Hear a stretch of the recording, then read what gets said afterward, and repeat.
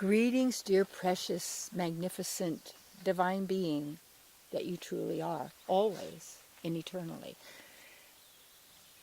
Are you being yourself or a caricature of someone or a collection of someone?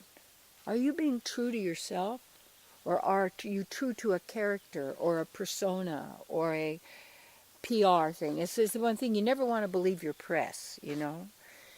It's that arrogance that comes when we believe, oh, I'm all that. That doesn't mean you take the other side and say, oh, I'm nothing. You don't play I'm all that or nothing. These are just mind games. You want to consent, agree with who you really are in every single moment. And when we're dealing in relationships, it's very challenging only because we're with other sentient beings.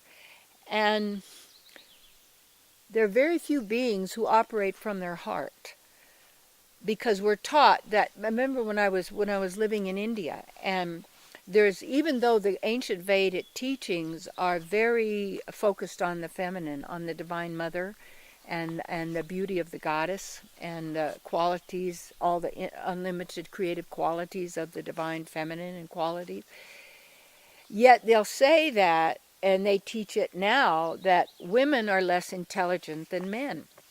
Well, yeah, because we trust our heart and not the mind. So when intelligence is based on what you think and what you know and what you can analyze and rationalize and figure out and do the math for, and that's called intelligence, that's actually the carnal mind. Carnal mind. Carnal means carnivore. Carnal means also death. You see, that kind of mind, the death mind. That's why the 7 deadly sins, people go through that process they call death, and then get another body, and then death, and then another body. You know, it goes on and on and on. Because that's how we're fueling this reality and liking it or wanting it, and having these concepts and agreements that this is all that there is, you see.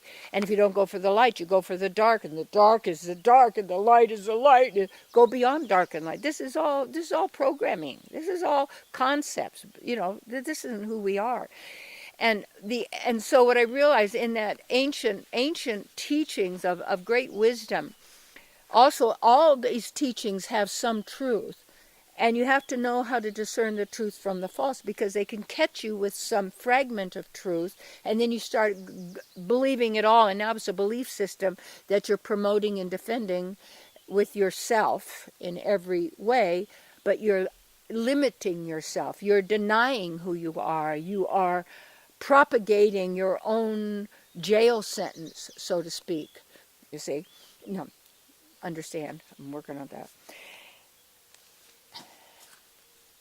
So that is then the key, that you agree with, you consent to only that which resonates as truth in your heart. And when saying women are less intelligent, is also then denying that the divine is more intelligent than all that there is.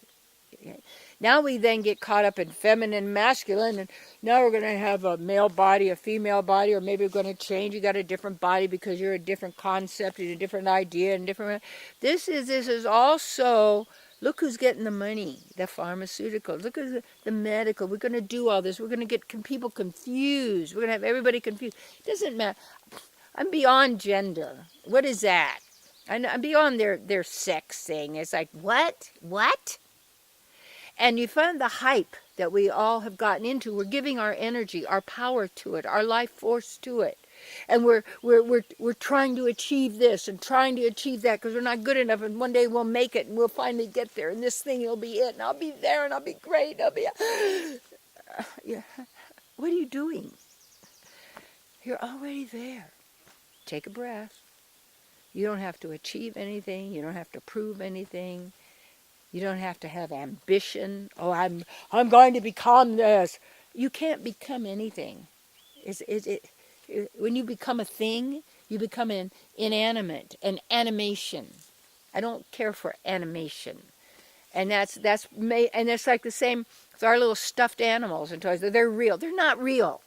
I have these 3 little guys. I have a cow and 2 cows and a monkey. You know, over time I have these little stuff, and I keep saying, I don't want them anymore. I mean, it's nice, they're fine, but you know, they get old. Say, well, you can clean them all back up and you can use them. I don't want it. And then, but it's hard to throw them away because, you know, we give things personalness. We make it real. We make it a person. It's not a person. You're a person, you see. And a machine is not a person. And if you give a definition of a person that because you think I think, therefore I am, no. Anything could, what do you mean? That's not who I am. I'm not, thinking doesn't mean I'm who I am. So when we take all these concepts and all these ideas and all these programs and we're layering them on ourselves all the time to be a caricature, to make ourselves marketable, to make ourselves a product, to make ourselves this way and wanted so that you love me and you'll want to be with me and you'll enjoy me and all of this. And what we're doing is denying who we are, and then in every moment. And so as you take yourself back, you start dropping the caricatures. You start honoring who you are. You don't have to perform. You're not a performer. You're not an entertainer, you see. You're not a hypnotist. You're not an illusionist. You're not a carnival person, you know, the sideshow, you know, the deal. And that's probably why we love nature so much, and we love our little animals, little animal friends and pets. And remember, cows are animals, and they're pets, and horses, and elephants, and you know, and we're there. They're our partners. They're our friends. They're our family members to take care of and to love and to be. And to be, you know, vegetarian or even your vegan thing, because if you can't get the raw, really good milk that you need, then there's all the torture of the animals that they're going through, so people can have all these shoes, 85,000 pairs of shoes with the skin of these poor animals, you know, you see. So you see how far people have gone away from who they are into these caricatures, these logos, or these, what do you call it, these brands, all these kind of words that are so nasty to try and describe who we are and what we're about. So it takes a lot of courage and it takes a lot of strength. But that's really what self-honoring is about. If you really talk about self-love, I don't have to love Terry, no, or this being who, even there's this name, this me. I don't have to love me. I am love. And I feel it, when I give it, when I care, when I serve. It's like, you see, when I'm who I am. And as we know this, and we are this, we drop our caricature. We drop the fakey, the phony, and be who we are. But yet, take a look at so much of what we think we are is still a pattern. It is a way we behave, a way we respond. That's still the character. That's a mind program. You have to know the difference between a mind program and your inner knowing. You see, even a still small voice is speaking, so that's not you. I know it's big, but I'm a rootist. I get to the base of it, the heart of it, the absolute truth of everything. And when you do that, you're beyond liberation, because you're not captured. Ta-ta.